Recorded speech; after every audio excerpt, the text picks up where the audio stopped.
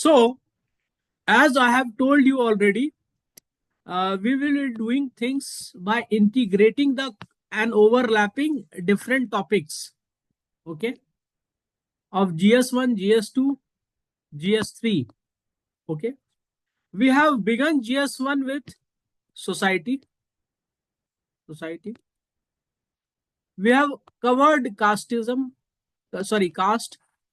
We have covered sectors of caste, which will be important for your GS2 reservation.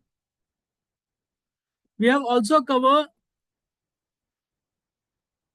the Supreme Court hearing and judgment regarding that, and constitutional mechanism supporting reservation.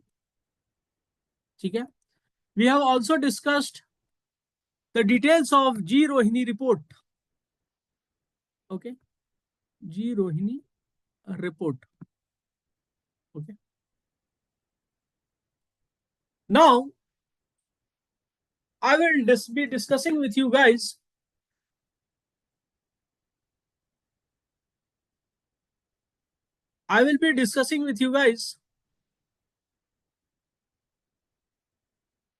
just a moment.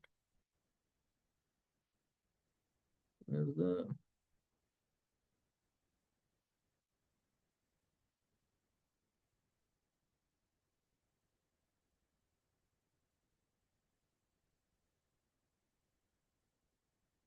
I will be discussing with you guys the details of demography. Okay, and try to see the various other things associated with society, also with human geography, which is part of GS1, along with correlating it with economy, and as and when, if required, with governance and polity. Hope I am clear. So, topic of today is population and demography.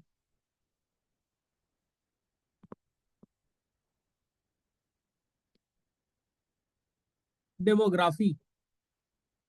किसी कोई doubt है यहां तक तो बताएं.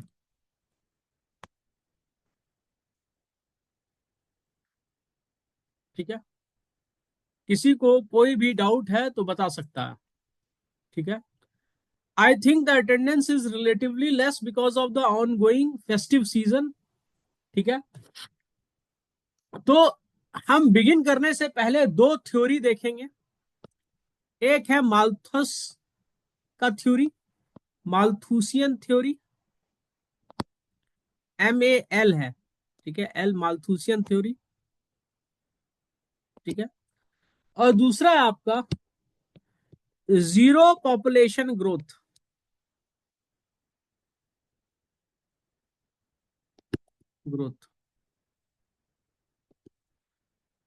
ये जो zero population growth है, इसको दिया है Paul Ehrlich, EHRLICH, Paul Ehrlich. ठीक है. तो माल्थुसियन थ्योरी क्या कहता है? How many of you are aware of Thomas Malthusian theory? Anyone who is aware of it? All of you?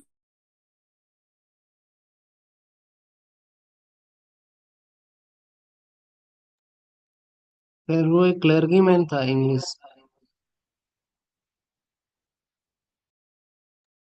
ठीक है, आप में से जिसको भी पता है ठीक है, नहीं पता है तो भी ठीक है. ठीक है. Thomas Malthus was a clergyman from England. ठीक है. तो इसने बोला था कि जो आपका अर्थ का रिसोर्सेज है, जो फूड है हमारा, ठीक है, जो एग्रीकल्चरल रिसोर्सेज है उसका ग्रोथ किस में हो रहा है? अरिथमेटिक प्रोग्रेशन में हो रहा है, प्रोग्रेशन। ठीक है, मतलब आज फूड हम 2 किलो उगा रहे हैं तो कल 4 किलो होगा, परसों 6 किलो होगा, फिर 8 किलो अगले साल, फिर उसके अगले साल 10 किलो, फिर उसके साल 12 किलो। ठीक है, ये एग्रीकल्चर का फूड प्रोडक्शन हमारा चल रहा है, रिसोर्सेज है। पर जो पॉपुलेशन है वो ज्योमेट्रिक प्रोग्रेशन में बढ़ रहा है, is growing at geometric progression. ठीक है, मतलब पॉपुलेशन आज 2 है, अगले साल 4, उसके बाद 8, उसके बाद 16, उसके बाद 32, उसके बाद 64। ठीक है, उसके बाद 128, 256। ठीक है, 512, ऐसे ग्रोथ हो रहा है, मतलब it is growing in geometric order. और एग्रीकल्चर जो हमारा फूड रिसोर्सेज है, ये इस साल कैसे है? 2 है, फिर 4 है, फिर 6 है, फिर 8 है, फिर 10 है, फिर 12 है, फिर 14 है, सो ऑन। तो कहीं ना कहीं हमारा जो पॉपुलेशन होगा वो हमारे रिसोर्सेज को आउटग्रो कर देगा। ट्रू और फॉल्स? हमारा जो रिसोर्सेज है यस सर। उसको आउटग्रो कर देगा ना, राइट? तो जब आउटग्रो कर देगा तो क्या हमारा रिसोर्स सफिशिएंट है हमारे पॉपुलेशन को संभालने के लिए? नहीं है। तो जब नहीं है तो क्या होगा? इसके लिए फाइट होगा। ठीक है, जब फाइट होगा तो क्या होगा? जब फाइट होगा तो वॉर होगा। ठीक है, दूसरा, नेचर भी सैंक्शन लगाएगा। नेचर, फामाइन हो गया, फ्लड हो गया। ठीक है, इन सब वजहों से क्या हो जाएगा? इन सब वजहों से ये होगा कि हमारे पास लोगों को खिलाने के लिए सफिशिएंट रिसोर्सेज नहीं रहेंगे। जब हमारे पास सफिशिएंट रिसोर्सेज नहीं रहेगा तो फिर हम लोगों को खिलाएंगे कैसे? तो that means people will die out of hunger, or also when there will be very less resources, there will be fight for the resources. And when there is fight for the resources, what will happen? When there is fight for resources, by default war will come into picture. And with this way, ठीक है, हमारा population check में रहेगा। ठीक है, तो इसको इन्होंने बोला पॉजिटिव चेक। ठीक है, फामाइंस भी हो सकता है, नेचुरली पैंडमिक, इससे भी लोग मर सकते हैं। तो पैंडमिक क्या है? डिजीज। ठीक है, तो war, famine, flood, pandemic, these are positive checks. Positive checks. ठीक है, दूसरा, चूंकि क्लर्जी मैन थे तो इन्होंने बोला कि एक प्रिवेंटिव चेक भी हो सकता है। ठीक है, प्रिवेंटिव चेक।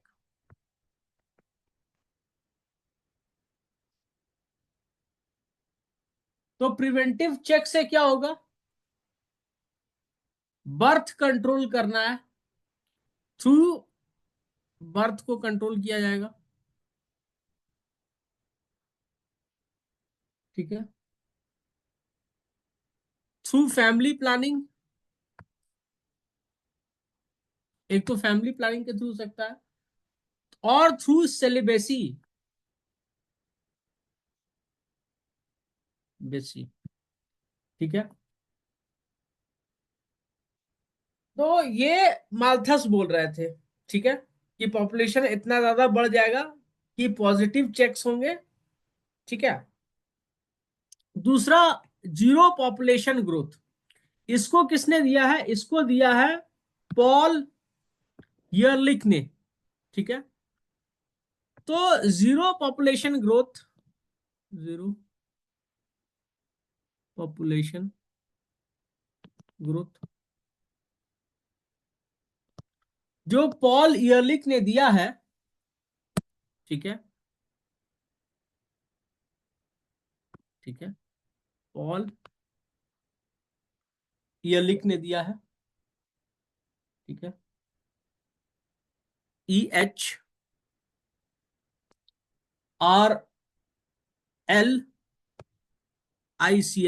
ईयरलिख। तो इन्होंने कहा कि भाई फूड से तो नहीं, ठीक है, फूड सप्लाई की वजह से शायद लोग ना मरे, ठीक है, पर environment, not because of, not because of food supply, but because of environment, because of environmental degradation, mental degradation, gradation, ठीक है। It will ensure that population is under control, population is under control, ठीक है। मतलब environment sanction लगा देगा आपके ऊपर, क्योंकि अगर आपका पॉपुलेशन इतने ज्यादा मात्रा में बढ़ेगा तो क्या होगा, इन्वायरमेंट आपके ऊपर कंट्रोल लगा देगा, ठीक है। तो इन्होंने बोला कि हमारे पास क्या होना चाहिए सस्टेन करने के लिए, तो बोला साल में जितना आदमी मर रहा है, ठीक है, और या प्लेस में, पॉपुलेशन एक प्लेस का भी हो सकता है, तो जितना आदमी इमिग्रेशन के थ्रू अंदर आ रहा है और जितना आदमी मर रहा है, ठीक है, दोनों के बीच का डिफरेंस जो है उसको बर्थ रेट उतना, मतलब बर्थ रेट और इमिग्रेशंस, ठीक है, इमिग्रेशन दोनों मिला के डेथ रेट को मैच करना चाहिए, ठीक है, तब जाकर के हमारा सब चीज कंट्रोल में होगा। तो रिलेटिवली लोगों ने सपोर्ट भी किया है और कुछ लोग इनके अगेंस्ट भी हैं, ठीक है। तो ये दो थ्योरी आपको याद रखना होगा पॉपुलेशन से। एक है माल्थुसियन थ्योरी, ठीक है, इसके ऊपर आपको एग्जाम में क्वेश्चन आ चुके हैं। दूसरा आपको रखना होगा zero population growth by Paul Ehrlich, ठीक है। ये सब मैं क्यों पढ़ा रहा हूं, क्योंकि आपको बोथ GS3, GS2, GS1 में इसका जरूरत पड़ेगा, ठीक है। अब जो पॉपुलेशन है, ठीक है, उसको भी लेकर के डिटेल आपको पढ़ना होगा, पॉपुलेशन से रिलेटेड डिटेल, ठीक है। स्टैटिस्टिक्स, आपको किसका स्टैटिस्टिक्स में पढ़ना चाहिए, नेशनल फैमिली हेल्थ सर्वे फिफ्थ, सिक्स अभी आया नहीं है, कंपाइल हो रहा होगा, आएगा इस साल के अंत में, ठीक है। और दूसरा आपको क्या पढ़ना चाहिए, सेंसस रिपोर्ट, तो लास्ट सेंसस तो 2011 का है, ठीक है। या world population report, United nation का आता है वर्ल्ड पॉपुलेशन रिपोर्ट, ठीक है। ये यूनाइटेड नेशन पॉपुलेशन फंड ऐसे करके है एक ऑर्गेनाइजेशन, उनका आता है, UN का, ठीक है।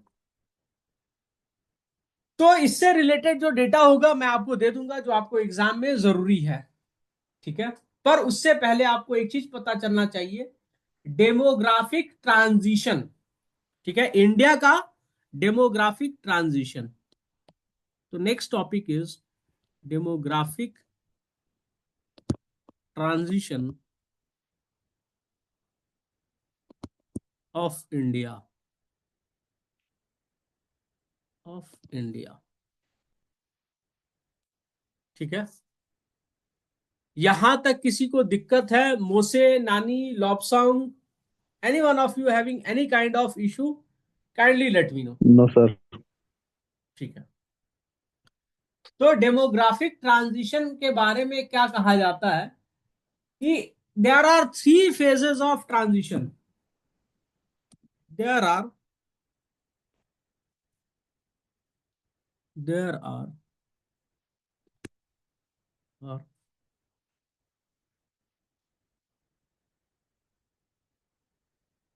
three phases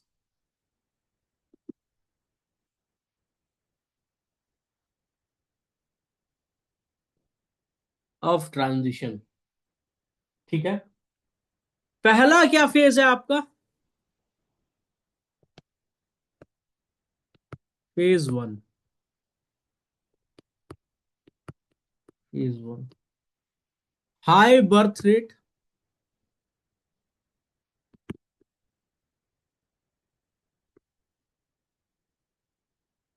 ठीक है, एंड हाई डेथ रेट।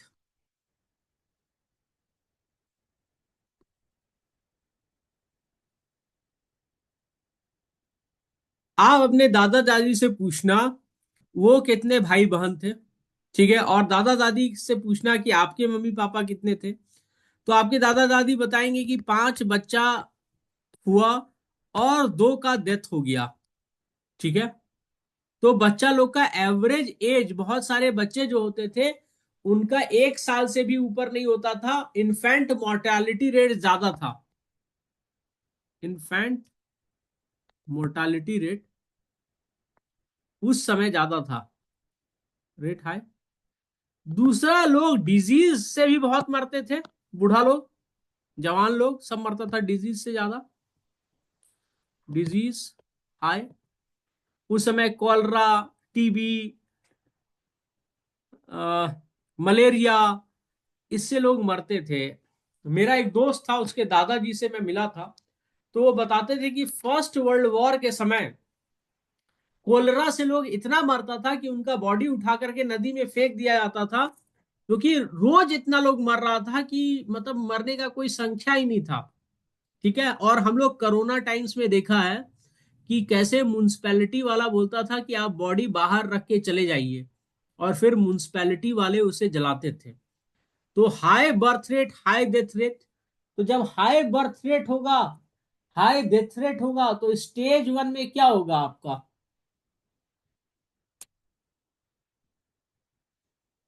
ठीक है, सेम रहेगा सर।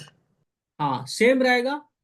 तो फेज वन किसी भी, जहां ट्रांजिशन 3 फेजेस में गुजरता है, फेज वन।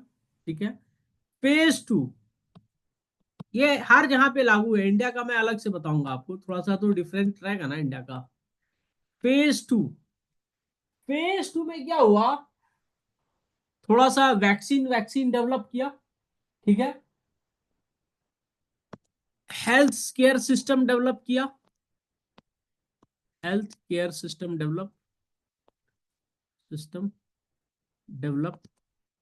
ठीक है, vaccination came into picture.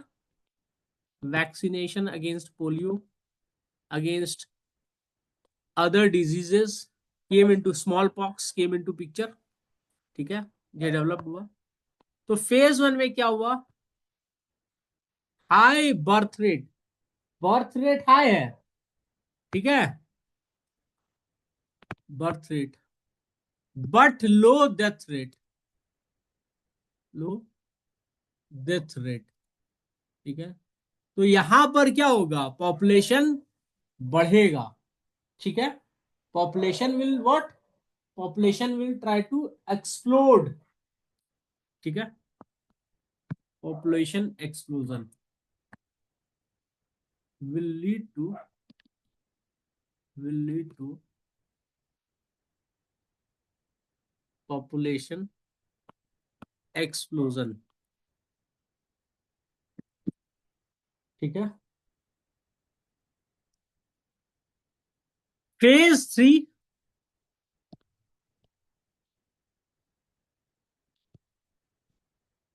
Low birth rate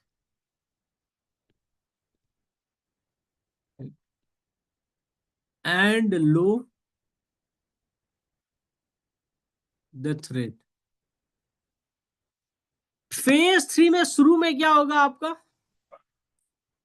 population बहुत बड़ा हो गया। ठीक है, पॉपुलेशन तो ऑलरेडी बहुत बड़ा हो गया, इसमें भी कम लोग बच्चा पैदा करेगा। तो शुरू में तो population relatively as a whole बढ़ेगा ना, क्योंकि number of people producing kids are more.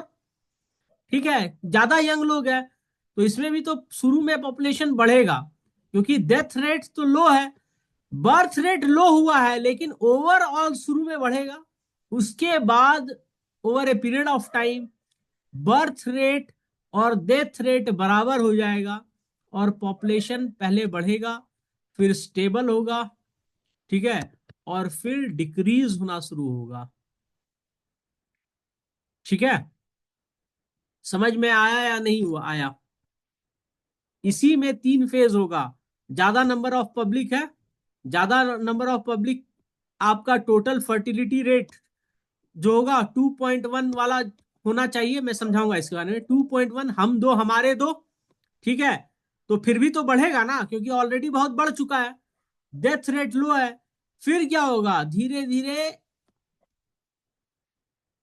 Replacement ratio जो है 2 के भी नीचे चला जाएगा, 1 आ जाएगा। हम दो हमारे एक, चाइना में क्या हुआ था, एक बच्चा पॉलिसी, ठीक है। तो फिर स्टेबल होगा, और स्टेबल होने के बाद ड्रास्टिकली नीचे जाना शुरू होगा, क्योंकि birth rate is matching with death rate. इसी में 3 चीज होगा, ठीक है, मैं बताऊंगा अलग से। यहां तक समझ में आया या नहीं?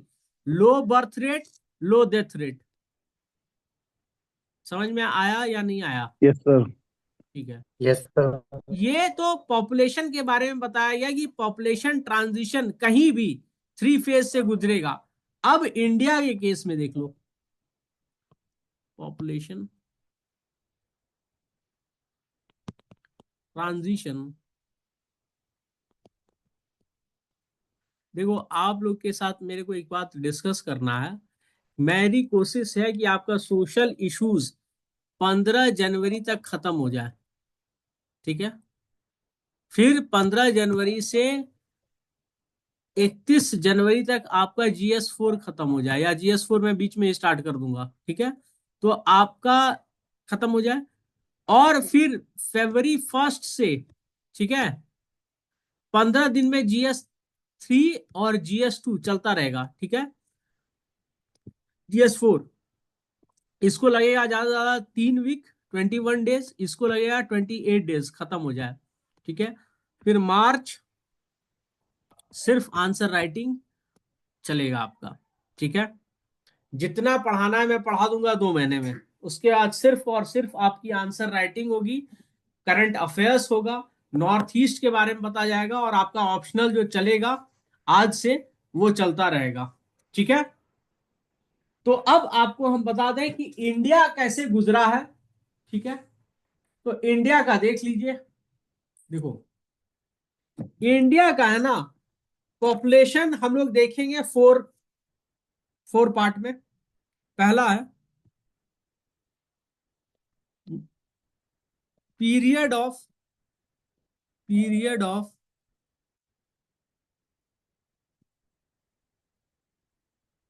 Period of stagnant population. Period of stagnant population,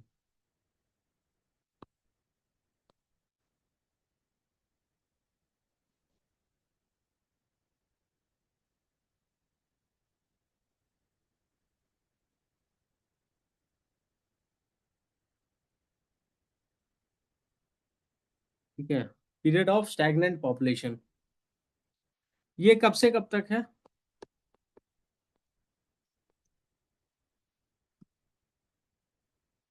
ठीक है।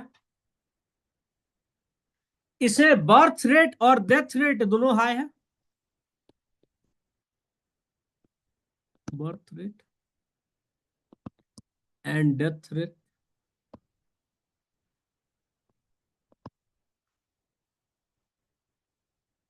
both are high. Both high. Why they are high?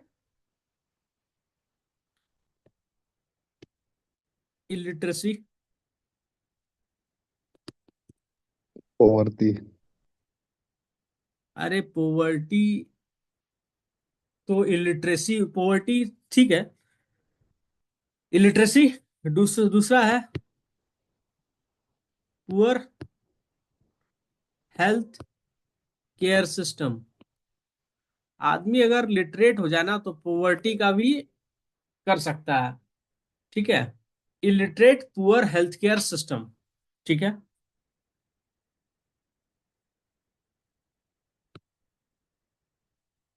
Inefficient distribution of of food. Public distribution system इतना स्ट्रांग नहीं है। कहीं कहीं इंडिया में जो सब्जी होता है और खाना होता है ना, उसको बेकार करना पड़ता है, नष्ट करना पड़ता है, क्योंकि उसको स्टोरेज करने की कैपेसिटी नहीं है, और कहीं कहीं इंडिया में लोगों को खाना नहीं मिलता है। तो इन एफिशिएंट डिस्ट्रीब्यूशन ऑफ फूड। ठीक है। 1921 में क्या हुआ?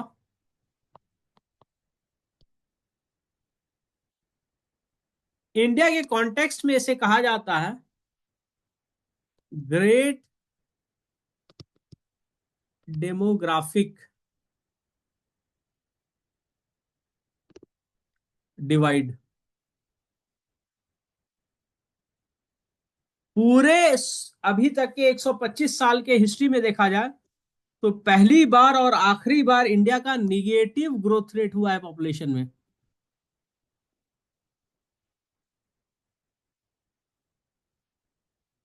रेट। ठीक है। Of India. ठीक है।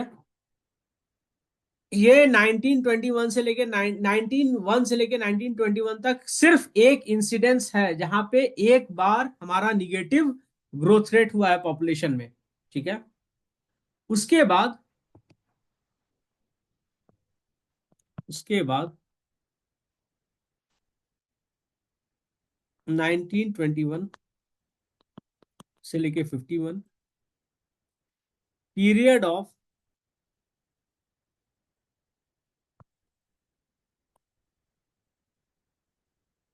Period of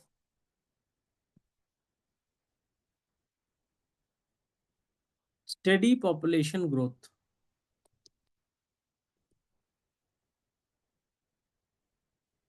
growth. ठीक है। क्यों हुआ? यहां पे आपका जो बर्थ रेट है, ठीक है, वो तो हाई था। ठीक है। Birth rate high. ठीक है। ठीक है। आपका death rate decreased. Rate decreased. क्यों ऐसा हुआ था डेथ रेट का डिक्रीज? क्योंकि हमारा एग्रीकल्चरल प्रोडक्शन इंक्रीज हुआ था। Agricultural production increased. Increased. Bhakra Nangal dam, हमारा कनाल्स डिफॉरेस्ट करके हमारा और ज्यादा ग्रेटर लार्जर एरिया लाया गया एग्रीकल्चर के अंदर। Agriculture production increased. Food distribution system वो भी इंप्रूव हुआ because of railway and roadways. ठीक है। ये ज्यादा था। ठीक है। टाइमली सप्लाई ऑफ फूड्स मिलने लगा। ठीक है। और हमारा डेथ रेट डिक्रीज किया बिकॉज ऑफ वैक्सीनेशन। दुनिया में वैक्सीनेशन आने लगा था। ठीक है। Health health services improved. Improved. Vaccination increased. ठीक है। तो ये हमारा period of steady population growth हुआ। ठीक है। लेकिन हमारा इसके बाद क्या होता है? 1951 से लेके 1981, इसमें क्या होता है हमारा? High population growth. रैपिड और हाई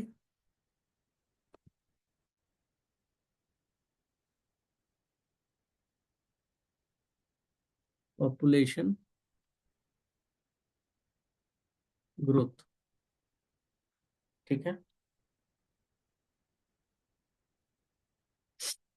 रैपिड और हाई पॉपुलेशन ग्रोथ। ठीक है। इसमें क्या हुआ आपका? हमारा प्लानिंग आया। ठीक है। प्लानिंग आया। उससे general improvement in living condition of people हुआ। ठीक है, सेंट्रलाइज्ड प्लानिंग, प्लानिंग improved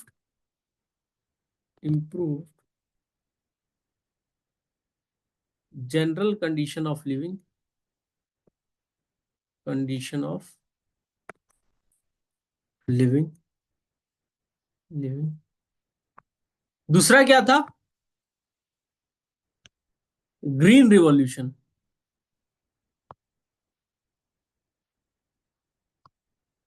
ठीक है,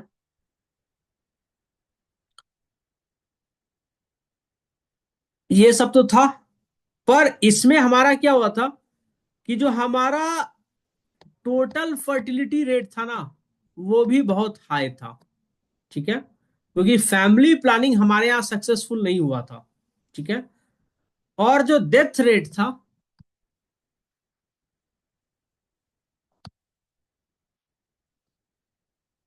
वो कम था, पर जो डेथ रेट का डिक्लाइन था ना, उसके कंपेयर्ड में जो हमारा टोटल फर्टिलिटी रेट था ना, वो बहुत ज्यादा था। तो इसकी वजह से हमारा क्या हुआ, रैपिड पॉपुलेशन ग्रोथ हुआ। पर ये पूरा स्टोरी नहीं है, आधा अधूरा स्टोरी है। हमारे यहाँ रेफ्यूजीज भी आए, रेफ्यूजीज, तिबेटियंस, तिबेटन्स, बांग्लादेशी, बांग्लादेशीज। ठीक है, people coming from Pakistan, coming from पाक। ठीक है, and good number of people coming from Nepal. आप नॉर्थ ईस्टर्न इंडिया में आइए, आपको बहुत सारे लोग दिखेंगे जो नेपाली ओरिजिन के हैं, settled in India in last 50-60 years, क्योंकि ब्रिटिशर्स ने इनसे बहुत सारा काम लिया था। और इनका जो इतना भी हमारा एरिया था नॉर्थ ईस्ट में खाली था, तो यहाँ पे नेपलीज सेटल हो गया। ठीक है, तो ये इंडिया का पॉपुलेशन के बारे में हम लोग जाने। कुछ डेटा हम शेयर करेंगे, पर उससे पहले एक चीज और है कि क्या बढ़ते पॉपुलेशन से कोई बेनिफिट मिलता है? Does population give any sort of benefit? Does population, increasing population और large population provide any sort of benefit?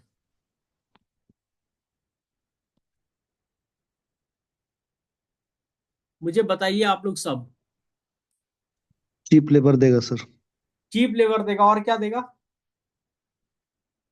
आपका कहना है चीप लेबर मिल जाएगा। ठीक है, चीप लेबर, और क्या देगा? मार्केट नहीं देगा? यस ज्यादा सर। नंबर ऑफ लोग है, ज्यादा number of demand, more domestic demand.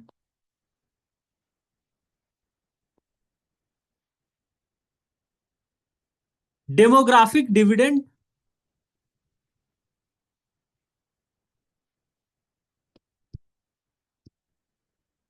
how many of you don't know what is the definition of demographic dividend?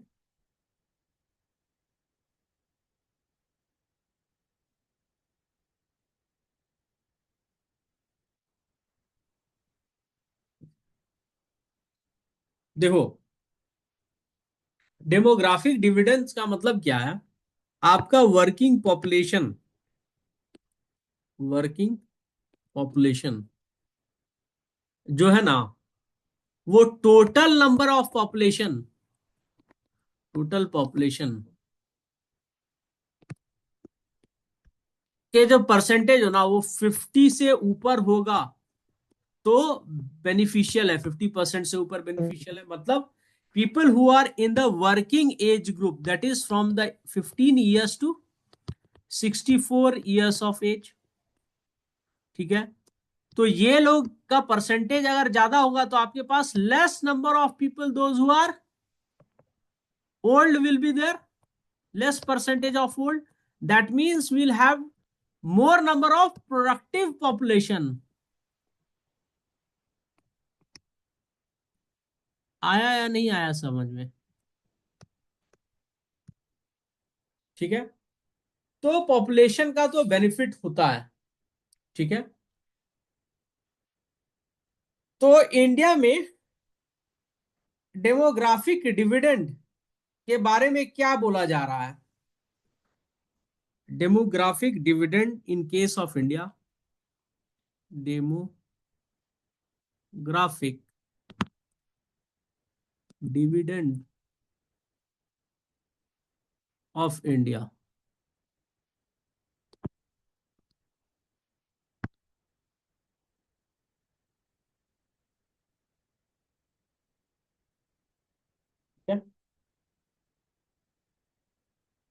क्या बोल रहा है? बोल ये रहा है कि इंडिया में जो percentage population of people in the working age group है, population in the working age group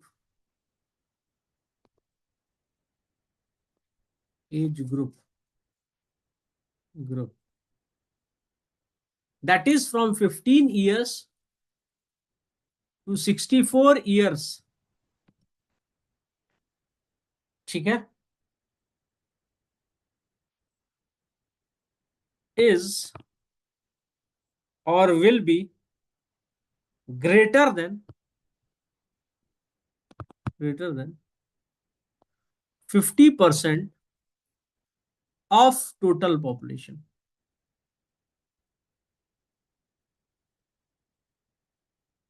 And it will be for how long? तो 2010 से 2056 तक रहेगा। ठीक है,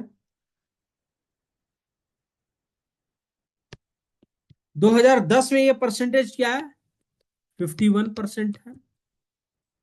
ठीक है, 2056 में ये 54% होगा, उसके बाद डिक्लाइन होना शुरू होगा। ठीक है, तो ये जो बेनिफिट है, इसका क्या बेनिफिट मिलेगा, क्या बेनिफिट हमें मिल सकता है? बेनिफिट्स तो रहेगा higher, number one higher economic growth.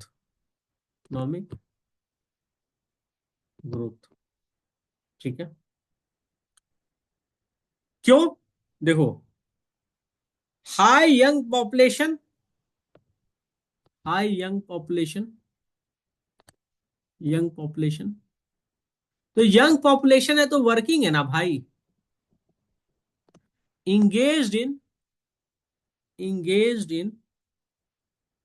engaged in various economic activity.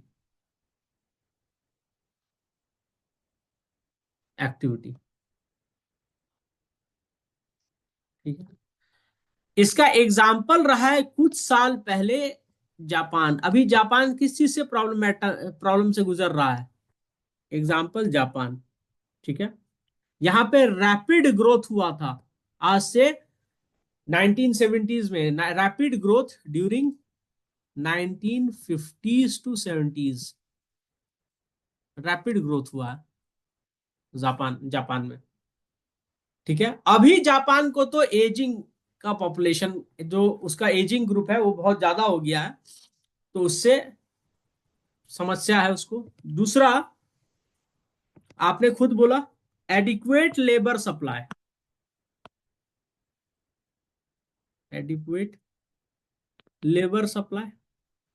तो एडिक्वेट लेबर सप्लाई से क्या हो जाएगा? देखो, वह कहीं भी प्रोडक्शन एक्टिविटी स्टार्ट करने के लिए क्या होता है? चार चीज प्रोडक्शन के लिए, four factors are needed, among four factors, capital, इसकी अवेलेबिलिटी है, ऑन्टरप्रेनरशिप, इंडिविजुअल के ऊपर बेस्ड है, लैंड फिक्स्ड है, फिक्स्ड है, तो इसमें से दबाया एक ही चीज जा सकता है ना, लेबर सप्लाई, लेबर। अगर ये चीप हो गया तो क्या होगा आपका, cost of production will decrease, cost of production will decrease, will decrease, and this will lead to what,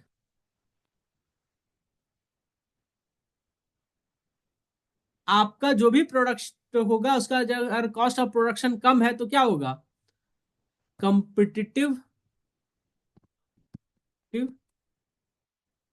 goods and services being produced.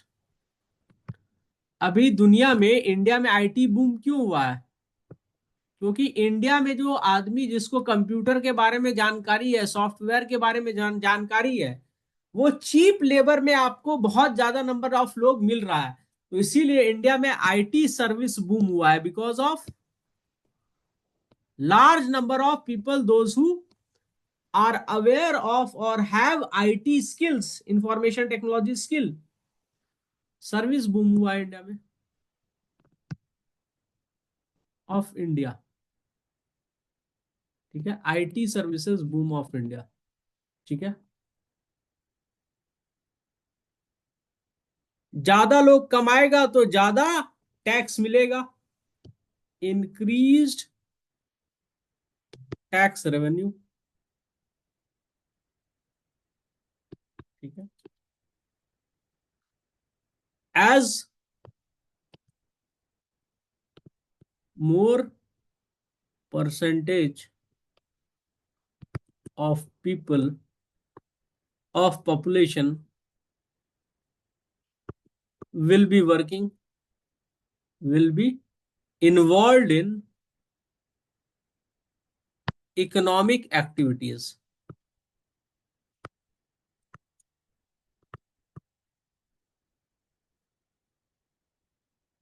ठीक है, यहां तक समझ में आया या नहीं आया? Yes sir. ठीक है, जब higher percentage of people tax दे रहा है तो इंक्रीज सेविंग भी करेगा ना, और यही सेविंग क्या होगा, आपको चीप लोन मिलेगा। Increase saving will transform into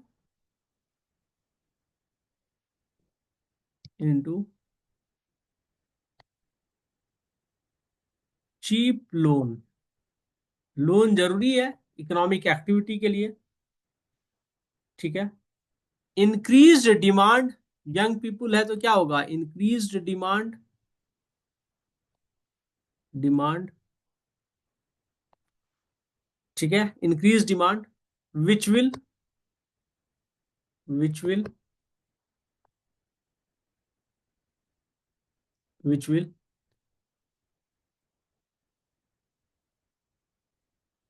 definitely create bigger market. अब इंडिया एक ऐसा मार्केट है जिसको वर्ल्ड का कोई कंट्री नकार नहीं सकता है। तो लोग पाकिस्तान के साथ अच्छा संबंध चाहेंगे या इंडिया के साथ, इंडिया के साथ। ठीक है, तो ये है। अब आपसे पूछा जाएगा स्टेप्स क्या क्या इंडिया ने उठाया है, steps taken by India, taken by India to reap, to reap higher demographic dividend. India ने क्या क्या स्टेप्स लिया है, देखो हम लोग देखेंगे कि इंडिया के साथ डेमोग्राफिक डिविडेंड में ज्यादा हम लोग कुछ कर नहीं पा रहे हैं, वो भी हम डिस्कस करेंगे, पर स्टेप्स देख लो। Number one, better skill development strategy, better skill development policy, strategy नहीं पॉलिसी। इसमें क्या है, नेशनल स्किल, देखिए आप लोग को लिखना होगा क्योंकि एग्जाम में आप लोग को लिखना है। और इस चीज को हमेशा याद रखिए कि जो सर लिखवा रहे हैं ना, हम क्यों लिख रहे हैं? हम सिर्फ ऊपर ऊपर पढ़ा करके निकल सकते हैं, हम इसलिए लिखवा रहे हैं क्योंकि आपको लिखना है एग्जाम में, मेंस में। Always remember that you have to perform really good in mains. So national skill development corporation, ठीक है। इसमें गवर्नमेंट ऑफ इंडिया क्या किया? पीपीपी मॉडल लाया, public private partnership, PPP model, ठीक है। और बोला जो इंडियन वर्क फोर्स है ना, उसको ट्रेन करो, train workforce, workforce linked with market. जिस चीज का डिमांड है लेबर का, उसी में ट्रेन करो, मार्केट डिमांड, ठीक है।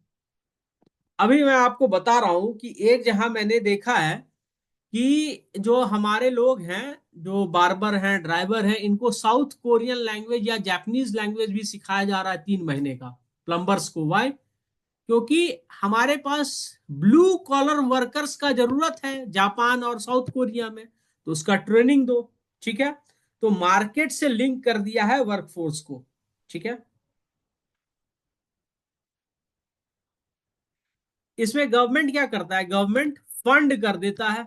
गवर्नमेंट क्या करता है? फंड कर देता है ट्रेनिंग को। ट्रेनिंग कौन प्रोवाइड करेगा? प्राइवेट पार्टनर,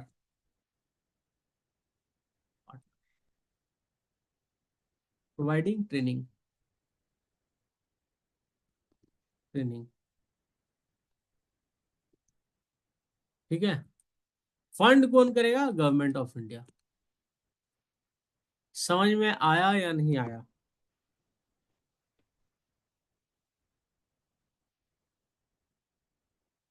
समझ में आया या नहीं Yes, आया? sir. ठीक है।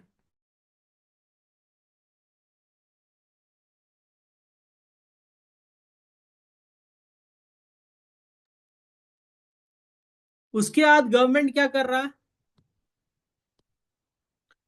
Better startup ecosystem, better startup ecosystem. किस कंट्री को क्रेडल ऑफ स्टार्टअप्स कहा जाता है? Any idea?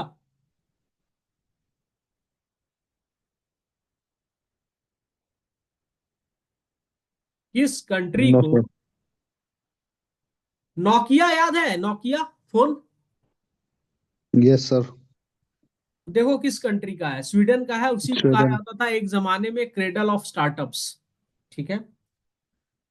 तो स्टार्टअप्स को बढ़ावा देने के लिए क्या किया इंडिया ने? इंडिया ने लिखा startup India program, startup India program, ठीक है। तो इसमें क्या किया? Government intended to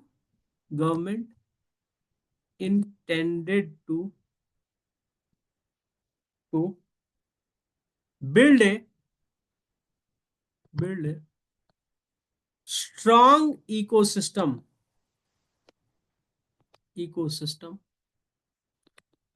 for nurturing innovation, for nurturing innovation, innovation and startup, and startup. आप लोग देखोगे कि अभी GI tag, Indian IPR rights बहुत ज्यादा, पेटेंट बहुत ज्यादा कर रहा है, रिलेटिवली इंटेलेक्चुअल प्रॉपर्टी राइट्स को फास्ट ट्रैक करा दिया है, ठीक है। तो इसमें एग्जांपल लिखो।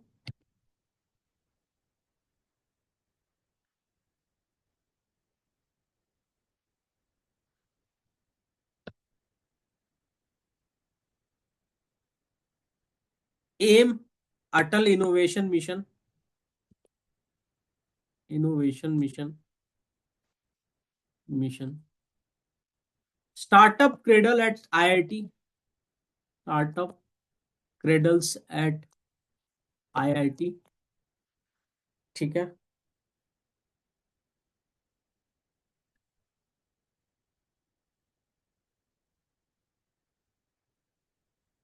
Making startup cradles at IIT, एक सेकेंड मैं समझाऊंगा, आप पहले सुन लीजिए इसको, ठीक है। Startup cradles at IIT, government initiatives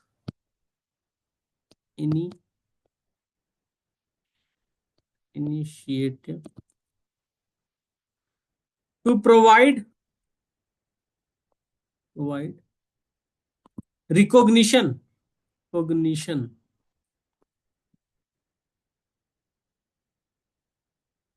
to startup by Department of Industrial and internal trade, ऐसे है। डीपी पहले दीपम था, अब DPPIT है, ठीक है। To assess tax benefits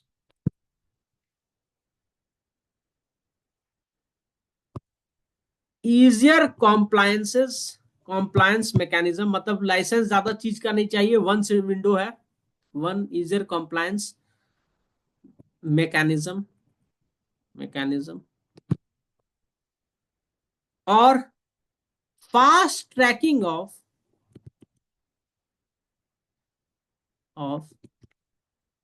intellectual property rights.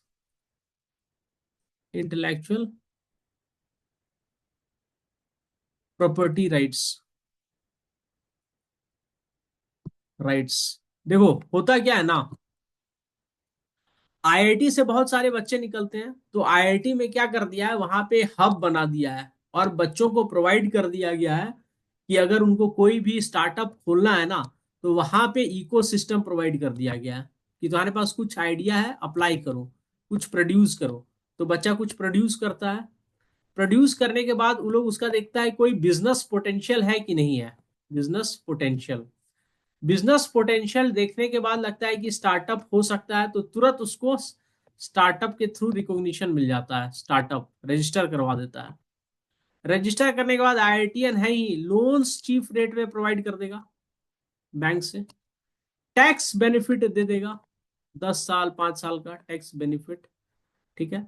और उनके इनोवेशन को तुरंत इंटेलेक्चुअल प्रॉपर्टी राइट्स के थ्रू पेटेंट कराता है, ठीक है, ताकि इस पेटेंट का भी उनको मार्केट से पैसा मिल जाए, फायदा मिल जाए। समझ में आया या नहीं आया? समझ यस में सर। आया या नहीं आया? अरे कम से कम मैसेज ही कर दो, शर्म आ रहा है तू।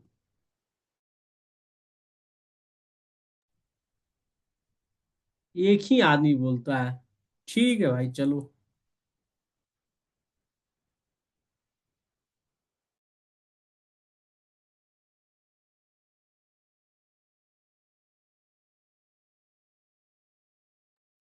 क्लियर है सर। ठीक है चलो, ये हो गया आपका, ठीक है। अब हम आप लोग को थोड़ा सा, ये क्लास थोड़ा लंबा खींचेगा, कोई दिक्कत है? 1 घंटा और खींच देता हूं, नो सर। क्योंकि भाई आप लोग को नो फरवरी सर। तक मैं इस कंडीशन में ले आऊंगा, कोई क्लास मत छोड़ना। फरवरी तक इस कंडीशन में ले आऊंगा कि आप एग्जामिनेशन में बहुत अच्छा कर सकते हो, ठीक है।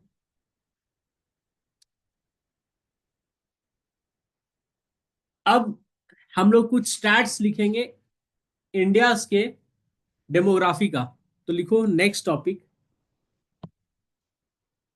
Indicators of demography,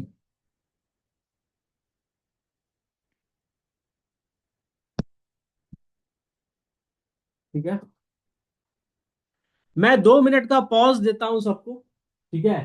kindly pause for 2 minutes break, क्योंकि 1 घंटा हो गया है ऑलमोस्ट। तो 2 मिनट का ब्रेक लेते हैं, उसके बाद से क्लास फिर वापस स्टार्ट करते हैं, ठीक है। Yes sir. Okay sir.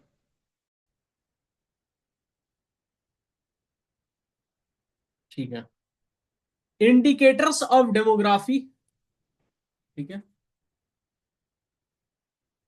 इसमें आप रखो, आप लोगों को पता है ना बर्थ रेट क्या होता है? बर्थ रेट तो पता होगा ना?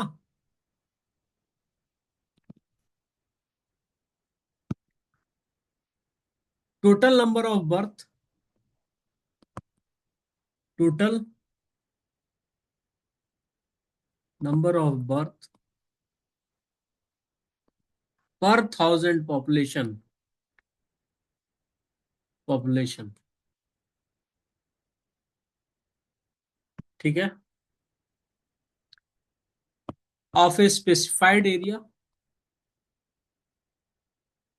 इंडिया का बर्थ रेट है तो इंडिया का है, पाकिस्तान का तो पाकिस्तान का है, in a during a specified period, during a specified period. अंग्रेजी का थोड़ा सा दिक्कत हो गया। Of a particular area during a specified period, ये अब आपका बर्थ रेट है, ठीक है। सेम है आपका डेथ रेट, डेथ रेट, ठीक है, ठीक है। Number of deaths, number of deaths पर 1000 पॉपुलेशन, नेशन, ठीक है।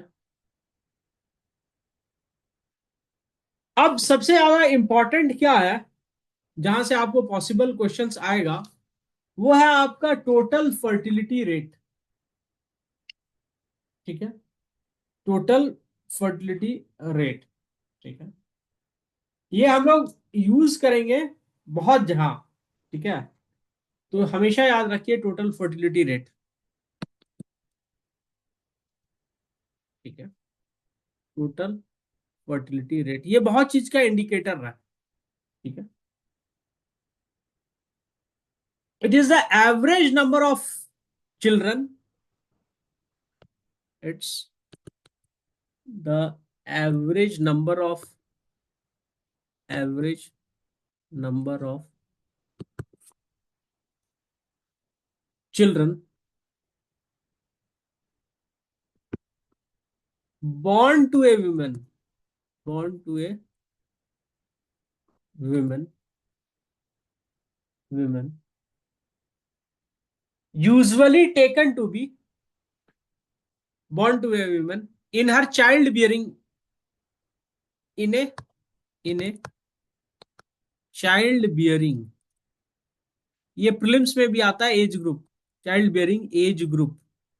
तो वुमेन कब से कब तक चाइल्ड दे सकती है, बच्चे हो सकते हैं उन्हें 15 to 49 ईयर्स। याद रखिएगा डेमोग्राफिक डिविडेंस में क्या था, 15 to 64, टोटल फर्टिलिटी रेट में है 15 to 49, ठीक है। अब बच्चा पैदा करने के लिए एक मेल है एक फीमेल है,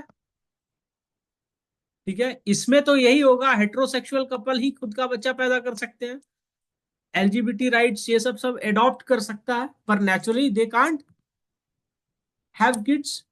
तो एक मर्द और एक औरत नेक्स्ट जनरेशन पैदा करेगा और पॉपुलेशन में चेंज ना हो तो उसके लिए क्या है, हम दो हमारे दो, पर एक फैटलिटीज हो सकता है ना, तो रिप्लेसमेंट रेशियो बोला गया है 2.1, total fertility rate of 2.1 will be able to ensure that there the population will remain stable, same, ठीक है। तो population will be stable, stable, stable, 2.1 जब फर्टिलिटी रेट होता है तो इसको एक और चीज कहते हैं, रिप्लेसमेंट रेट।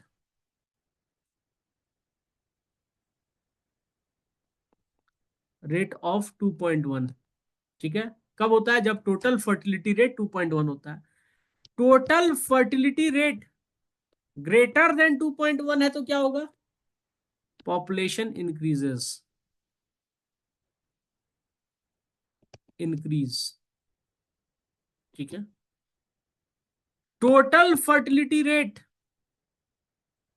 लेस देन 2.1 होगा तो पॉपुलेशन डिक्लाइन।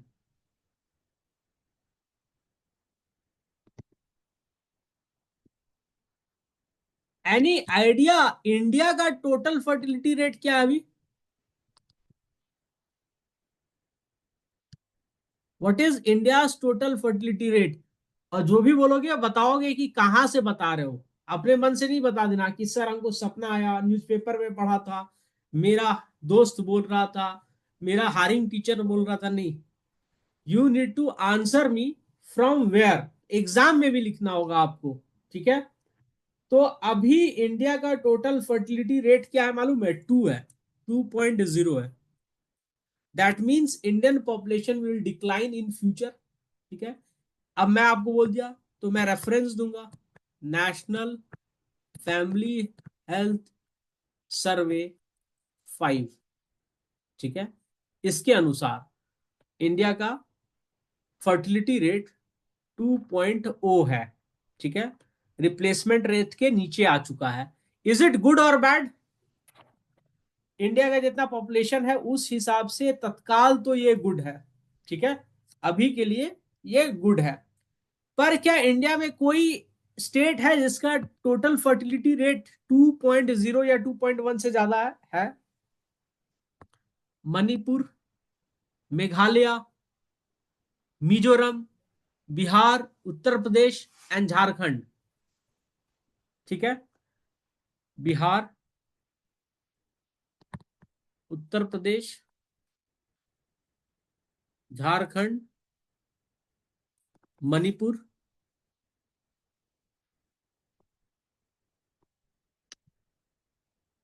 मणिपुर का है या नहीं मुझे एक सेकंड चेक करना होगा, ठीक है। नॉर्थ ईस्ट का है, 2 स्टेट तो मुझे पक्का याद आ रहा है कि 2 states of the north east उनका तो है, ठीक है।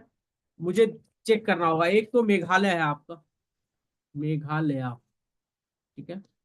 उनका टोटल फर्टिलिटी रेट 2.1 से ऊपर है, ठीक है। It is more than this, ठीक है। दूसरा वाला मैं चेक करके बता दूंगा, मेघालय आई एम श्योर, ठीक है। तो ये जो डिक्लाइन हुआ है फर्टिलिटी रेट में, ठीक है, उसके पीछे क्या फैक्टर है? Can some of you suggest what are the factors which has led to decline in fertility rate in India as per national family health survey 5? ये क्वेश्चन आ सकता है मेंस में आपको, तो आप क्या जवाब दोगे? देखो, पहले तो फर्टिलिटी रेट को डिफाइन कर देना, ठीक है, क्या होता है। फिर दिखना, लिखना factors contributing to, factors contributing to decline in, decline in fertility rate,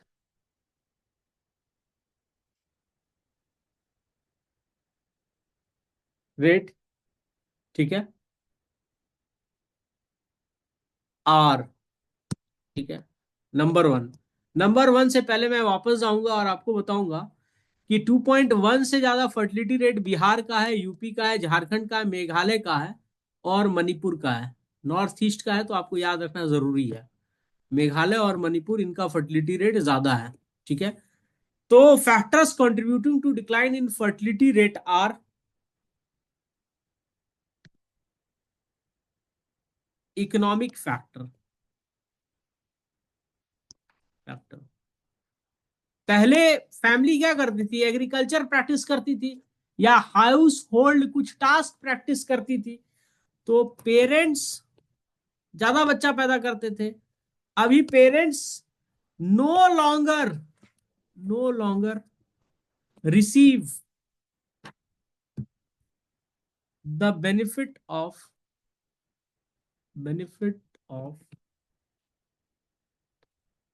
having more children. अब आपको समझ में आया? जब आप एग्जाम में आंसर लिखोगे ना, तो आपका आंसर कॉमन सेंस आंसर नहीं हो सकता है। आपका आंसर वो आंसर होगा जो रिपोर्ट दे रही है। Benefit of having more children. ठीक है। दूसरा है female literacy.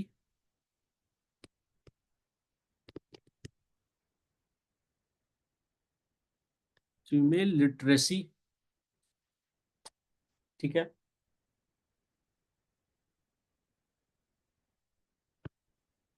Women post LPG reform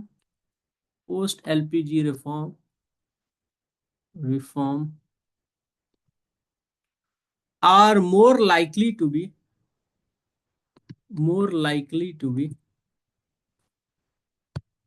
employed. Hence parents are investing in their education. Parents are investing in their education.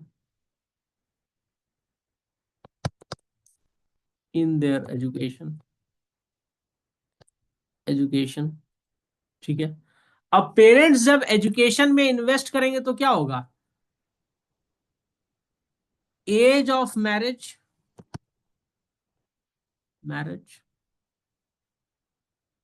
will go up will go up go up. And also since they are employed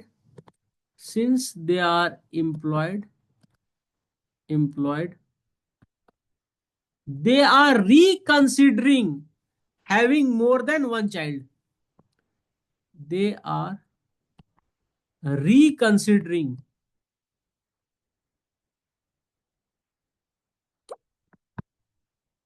having more than one child. Having more than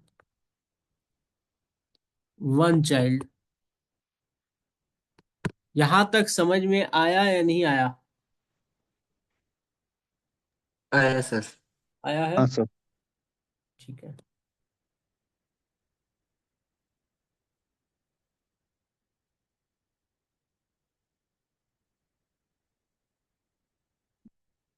लॉपसोंग आप कहां से हो? Sir मैं तवांग से हूँ sir. अच्छा, बहुत ठंडा होगा भाई वहां तो। जी सर। ठीक है। तो सवेरे चाय पीते हो या बर्फ का गोला खा लेते हो हनी में डुबा के? Sir sir ice cream. अभी अभी तो चाय पी रहा हूँ सर। अच्छा, मुझे लगा आइसक्रीम के मजे ले रहे होगे, वैनिला चॉकलेट। ठीक है। फिर लिखो urbanisation. Tawang is a beautiful place, one must go there. Urbanisation. ठीक है। Women at urban areas women at urban areas are not finding any support from ex any support नहीं लूंगा, lesser support are not finding much support from extended family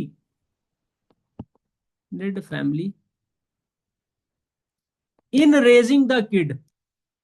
आपके घर में बच्चा होता था तो चाची ताई सब देखते थे। अब बच्चे को सिर्फ माँ देखती है, आया देखता है या बाप देखता है। तो when there is no one to much support from the extended family in raising the kids, as a result there is there is decline in fertility rate,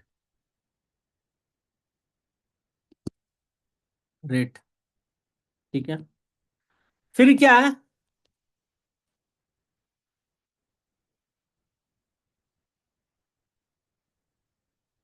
urbanisation, education, economic activity, female literacy, ठीक है।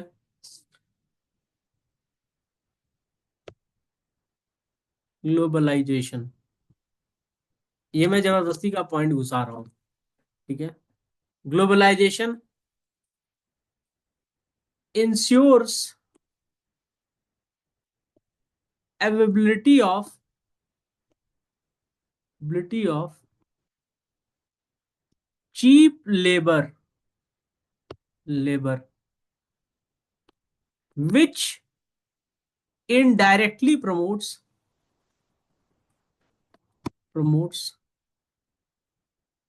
nuclear family,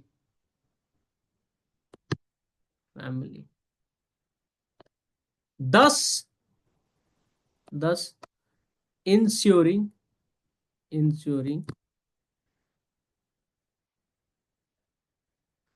decrease in fertility rate। देखो, अगर बड़ा परिवार होगा तो क्या लोग यहाँ पर, जो हमारे दोस्त लोग पहले आईटी सेक्टर में होते हैं, उनको एक बच्चा भी हो गया तो यूएस चले जा रहे हैं, कनाडा चले जा रहे हैं, ऑस्ट्रेलिया चले जा रहे हैं। अगर बड़ा परिवार होगा तो क्या वो वहां जा पाएंगे? नहीं जा पाएंगे ना। तो ग्लोबलाइजेशन क्या बोलता है कि आपका लेबर सप्लाई मिल जाएगा ऑल ओवर द वर्ल्ड, ठीक है। जब labour supply all over the world मिल जाएगा तो न्यूक्लियर फैमिली, आपको ज्यादा नंबर ऑफ पीपल की जरूरत नहीं होगी। यूएस में ज्यादा नंबर ऑफ पीपल की जरूरत होती है तो बाहर से लोग आ जाते हैं जो क्वालिफाइड होते हैं। डेनमार्क में ज्यादा नंबर ऑफ लोगों की जरूरत थी तो बाहर से लोग आ गए, फ्रांस में आ गए फॉर चीप लेबर। तो उसकी वजह से वहां पे न्यूक्लियर फैमिली का ट्रेंड स्टार्ट हुआ। उसके रिपरकर्शंस हैं, पर ये एक है, ठीक है। अब डिक्लाइनिंग फर्टिलिटी का कॉन्सिक्वेंसेस क्या होगा? Negative consequences.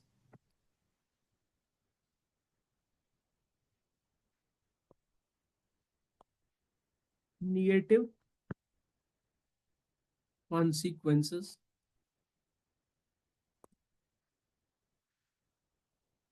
Ageing population,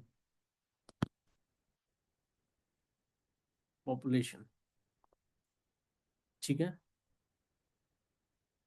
example, Japan. There will B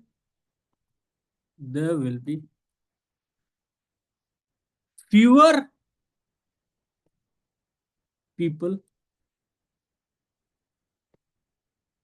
contributing to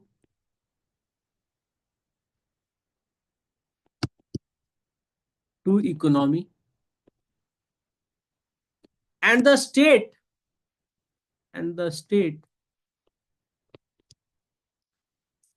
will have to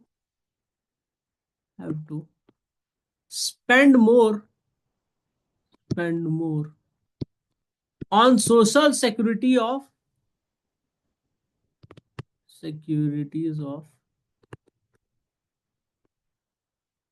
aging population, elderlies is, ठीक है। अब फ्रांस क्या किया है? France, it has increased the rate, age of retirement retirement का एज इंक्रीज कर दिया है, क्योंकि फालतू का पेंशन देना होगा तो उससे बेहतर है कि मेक देम वर्क, ठीक है। तो increase the age of retirement. दूसरा क्या होगा?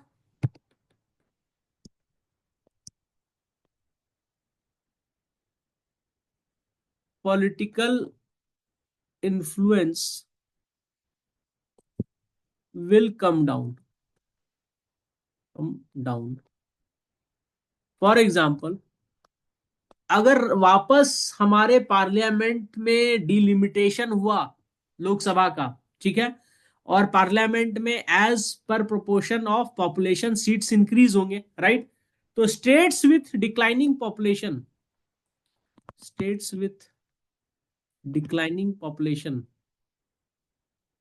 population. Example Karnataka.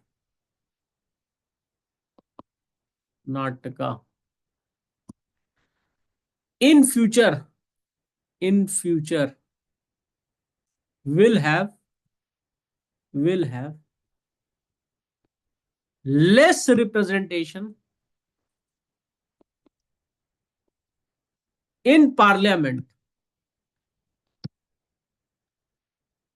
ठीक है, आपको एक एडेड डेटा दे देता हूं. By 2050 as per United Nations Population Fund report, India will have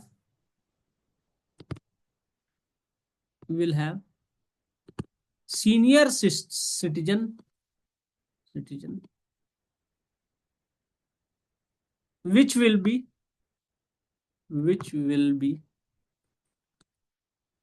around 20% of population. मतलब हर 5 में एक आदमी सीनियर सिटीजन होगा 2050 में. ठीक है, आप में से भी कोई सीनियर सिटीजन हो सकता है. अगर 25 साल से ऊपर का एज है, सीनियर सिटीजन के लिए 55 है फीमेल के लिए, मेल के लिए 60 है. ठीक है, I think today's class I should stop now. ठीक है, डेमोग्राफी का जो रिमेनिंग पोर्शन है वो कल कर लेंगे. संडे है पर हम कल कर रहे हैं. एक क्लास डेफिनेटली कल होगा. टाइमिंग मैं सवेरे सवेरे बोल दूंगा. अगर किसी को प्रॉब्लम है कल के क्लास से तो मुझे बता दो अभी. So with this, the class for today will end. I am stopping the recording. Okay, but we will discuss tomorrow is Sunday. What time we should take class.